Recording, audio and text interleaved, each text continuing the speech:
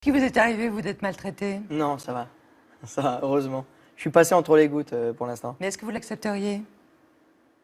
Je sais pas, c'est ce que vient de dire le journaliste qui est mieux placé que moi, puisqu'il a l'air, enfin, qui maîtrise un peu plus le sujet que moi. Je pense que je sais pas jusqu'où on peut obtenir des acteurs de sortir une vérité, de sortir une émotion en les maltraitant, en les déstabilisant. On a besoin de ça aussi, hein. Des fois, on réclame un moment où il va y avoir un dédoublement, où on va être vraiment, on va sortir de nos gonds pour produire quelque chose et on va se dire, bah là, voilà, là, tout d'un coup, j'ai été quelqu'un d'autre. Donc, pour certains réalisateurs, tous les moyens sont bons. La pièce Bankable que vous jouez actuellement, elle parle aussi de jeunisme. Elle parle de la difficulté de vieillir. Ouais, ce qui explique que les actrices très vite ont recours à la chirurgie esthétique. Et même les acteurs. Et elles se finissent par se transformer en poisson. Là, il y a qu'à voir Nicole Kidman, c'est hallucinant. C'était la plus belle femme du monde et aujourd'hui, on la reconnaît pas. Je lui donne même pas une pièce dans la rue, moi. Mais c'est dommage. Et les acteurs aussi. Les acteurs, ouais, il y a un culte du jeunisme, d'être superbe, de pouvoir attirer. Là encore, d'être bankable, rentable, fédéré autour d'une idée du beau, d'une idée de la perfection. Dans la pièce, d'ailleurs, l'acteur a une cinquantaine d'années et il va être remplacé par un garçon de 25 ans. Ouais, voilà. Il est jugé plus apte parce qu'il commence à avoir des coups, des rides, alors que moi je considère que les rides c'est magnifique. Les rides c'est les stigmates d'une vie, quoi. C'est le témoignage d'un parcours, d'une aventure à raconter, à transmettre. Voilà. Alors que, au contraire, d'être lisse, c'est être pauvre. Quelle est la plus belle rencontre que vous ayez faite en tant que partenaire? Avec un acteur? Ou une actrice? Ouais, j'ai eu la chance de tourner avec plein de gens formidables. Ceux qui m'ont le plus épaté, ce sont ceux qui avaient le plus de métier et qui gardaient leur curiosité, qui gardaient leur dynamisme, qui gardaient à la fois leur générosité, leur éveil et leur bonheur d'être sur un plateau. Par exemple Je pense, alors on a vu une photo tout à l'heure des ripoux, je pense à Philippe Noiret ou même Thierry Lhermitte. Qui sont des soleils et qui sont vraiment solaires, quoi, qui quand ils arrivent sur le plateau vont chercher les sourires pour y participer. L'ermite, c'était hallucinant, quoi. Il cherchait les endroits où ça parlait de trucs sympas. Dès que ça parlait de trucs pas sympas, il s'en allait, ça l'intéressait pas. Mais dès que ça rigolait d'un truc, d'une bricole, d'un truc un peu curieux, il allait là. Et après, sur le jeu, sur la scène, il était le premier à essayer de rajouter un petit truc drôle, à être dans la fabrication du bonheur. Mais vous êtes très concentré, vous, sur un plateau? On ne peut pas dire ça. On peut pas, non. Non, je suis content. Je suis content d'être sur un plateau. Moi, je suis content de faire ce métier. Donc, Mais il y en a d'autres qui se prennent la tête, vous voyez. Moi, je m'étais engueulé. Qui dorment pas la nuit. Je me souviens, j'avais tourné un film avec Dieudonné et Lambert Wilson et François Berléand et Stéphane Guératillier. On était 5 dans une voiture pendant 3 jours.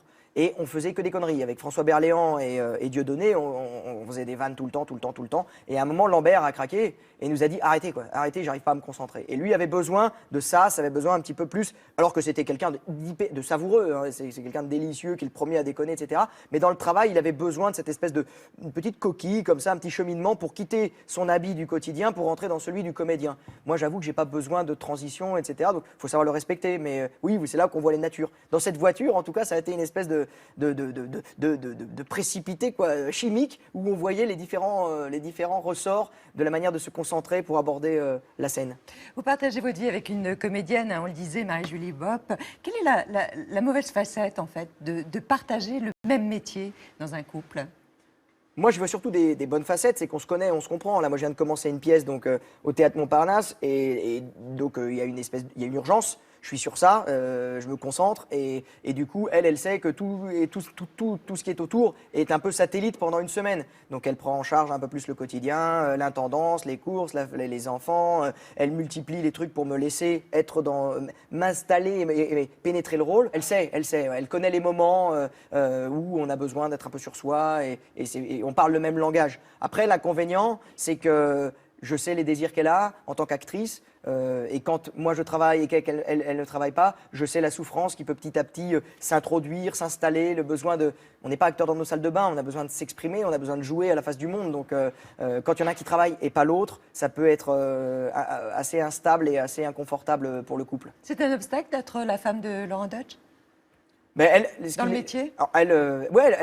c'est pas qu'elle lutte contre ça parce qu'elle a existé avant, elle existait avant moi et elle fait plein de choses sans moi. Mais ouais, elle n'a pas envie qu'on se dise à un moment, mais moi j'ai pas besoin de Laurent Deutsch pour travailler. Elle en a jamais eu besoin. Elle a 12 milliards de projets, elle a 12 milliards de choses. En plus, c'est une actrice ultra talentueuse. Donc elle n'a pas besoin de moi. Et ça l'énerve quand tout d'un coup on l'appelle pour m'atteindre, pour me joindre ou quoi que ce soit. Elle me dit mais tu se démerdes quoi. Je suis pas la secrétaire de Laurent Deutsch. Je l'ai jamais été, je le serai jamais, ni pour jouer des rôles, ni pour répondre à des sollicitations.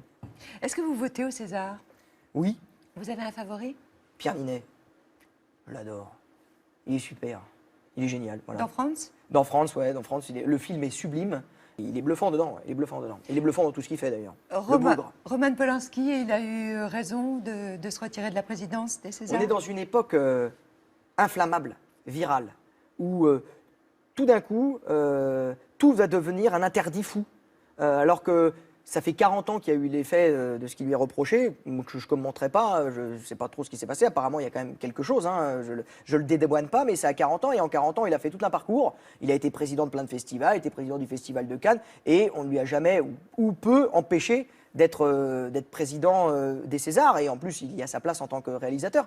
Et là, tout d'un coup, en ce moment, dans cette période qui est très inflammable, où tout d'un coup, des réseaux sociaux, des gens dont on ne sait pas trop d'où ça sort, etc., qui exigent des choses, arrivent à vous dégommer, voilà, dégommer Roman Polanski. Il faut aussi rappeler que la victime lui a pardonné. Oui, oui, mais encore une fois, ne lui faisons pas un procès, on n'est pas là-dedans, moi je ne connais pas le dossier, je ne maîtrise rien, donc je lui pardonne pas, comme je l'accable pas, je ne sais pas trop ce qui s'est passé. Ce que je sais juste, c'est qu'en 40 ans, il a fait plein de choses, on ne lui a jamais rien dit, et qu'aujourd'hui, en 2017, parce qu'il y a une espèce d'épuration morale hyper forte, où dès qu'il y a une tête qui sort, on fait tout pour la dégommer, on va chercher, on va fouiller, et après ça s'inflamme, et j'en ai été la victime aussi. C'est assez...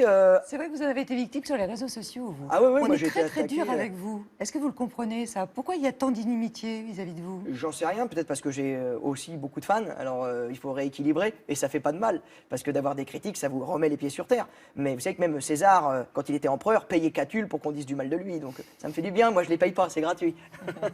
Quelle est la critique qui vous blesse le plus?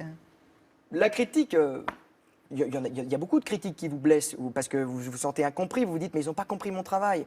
Et moi, dans mon travail de passionné d'histoire, celle qui me blesse le plus, c'est quand j'entends dire que je serais un chantre d'un espèce de repli nostalgique du passé.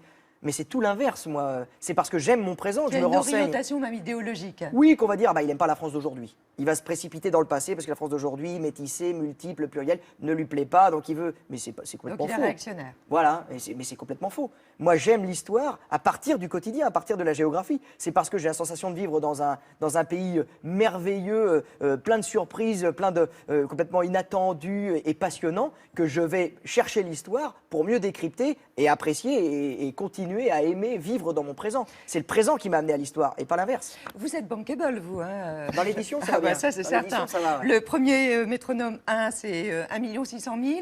Et le second, vendu à plus de 100 000 exemplaires. Une flânerie à travers Paris intime, fil de ses rues. Et vous choisissez votre lieu d'habitation à partir du nom de la rue, parce que je sais que vous déménagez beaucoup. Ouais. Alors, ça donne quoi? J'adore déménager. Les noms des rues. Ah ben, les rues, elles sont passionnantes parce qu'elles ont une histoire. Vous choisissez vos lieux d'habitation en fonction du nom de la rue? Je choisis mes lieux d'habitation en fonction des endroits où je suis jamais allé. Parce que ce que j'adore, c'est rentrer chez moi et prendre un itinéraire un peu nouveau. C'est curieux. À pied? Ouais, à pied, à cheval ou en voiture, n'importe quoi. J'adore chercher un raccourci, chercher un chemin, découvrir tout d'un coup une nouvelle enseigne, être frappé par un autre magasin, par une autre rue, par quelque chose de surprenant. Et j'ai la sensation que je suis jamais pris dans un ronron, dans une espèce de systématisme de déplacement. Et c'est pour ça que j'aime bien déménager. Vous habitez où à Paris en ce moment? En ce moment, je suis dans le nord-ouest, dans le 17e. Qu'est-ce qu'on apprend de plus, en fait, dans votre livre que l'on peut apprendre sur Wikipédia avec un clic? On va déjà apprendre que tous les lieux que je référence dans mon travail, ils sont accessibles. Ils sont immédiatement accessibles, gratuitement, sans faire des détours, sans faire des trucs. Donc j'ai eu une exigence d'emmener les gens dans une promenade où tous ceux que je raconte, ils vont se retrouver nez à nez avec. Donc il y a vraiment une proximité entre le récit que je présente et le voyage qui est en train de faire le lecteur. Donc il ne sera pas déçu par la marchandise. Ça y est, c'est du vrai, c'est inspiré de faits réels et c'est encore en place.